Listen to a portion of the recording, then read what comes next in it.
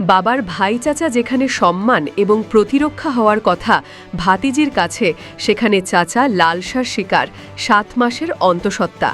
খুলনার দিঘলিয়া উপজেলার ১৭ বছর বয়সী ভাতিজি বাবার আপন চাচাতো ভাই ৩৬ বছর বয়সী আজিমুজ্জামান আজম মোড়লের কাছে ধর্ষিত ও অন্তঃসত্ত্বা ১৭ বছর বয়সী নাবালিকা ভাতিজি।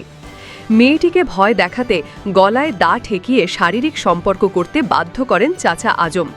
একই সাথে মেয়েটিকে বিভিন্ন ধরনের ভয় ভীতিও দেখানো হয়। আজম মোড়ল বলেন, তুই যদি আমার সাথে শারীরিক সম্পর্ক না করিস তোকে জানে মেরে ফেলব। নিরুপায় হয়ে নাবালিকা মেয়েটি চাচার সাথে শারীরিক সম্পর্ক করতে বাধ্য হন। এ বিষয়ে দিঘলিয়া থানার অফিসার ইনচার্জের নিকট জানতে চাইলে বলেন, বিষয়টি তিনি শুনেছেন। ভুক্তভোগী আদালতে মামলা করেছে, আদালতের নির্দেশনা পেলেই তারা আইনগত ব্যবস্থা গ্রহণ করবেন। আমারে দাও দেখায় বলে কি, আমার সাথে যদি তুই শারীরিক সম্পর্ক না করিস তাহলে তোরে হেনি ধানে মেরে ফেলাবো। তার বাড়ি এসে সবসময় ব্ল্যাকমেল করতো যে এরকম এরকম তোর ভিডিও আছে, আমি ভাইরাল করে দেবো। সেই ভয়ে কাউরে কখনো কিছু বলতে পারিনি।